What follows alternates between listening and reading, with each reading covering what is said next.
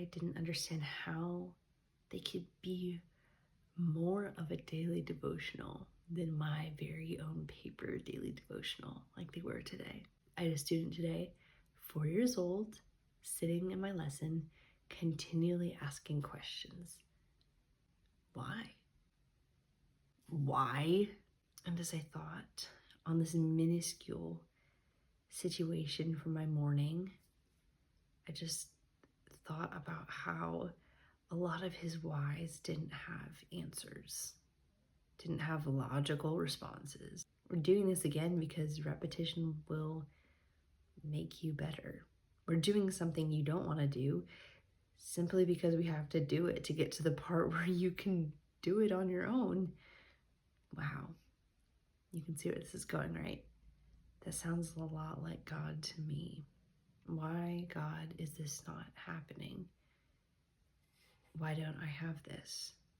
Why do I have to learn this lesson again? Why am I nowhere where I want to be? In Hebrews, it says to, with faith, fixing our eyes on Jesus, the pioneer and perfecter of our faith. For the joy set before him, he endured the cross, scorning its shame, and sat down at the right hand of the throne of God.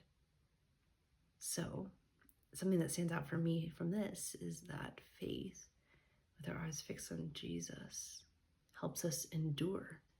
That Jesus' knowledge of my life, my tiny little existence here, is so much bigger. And that enduring difficulty, uncertainty, brokenheartedness, opposition, with trust fixed on Jesus, not on the things that hinder, will produce joy and more trust in him.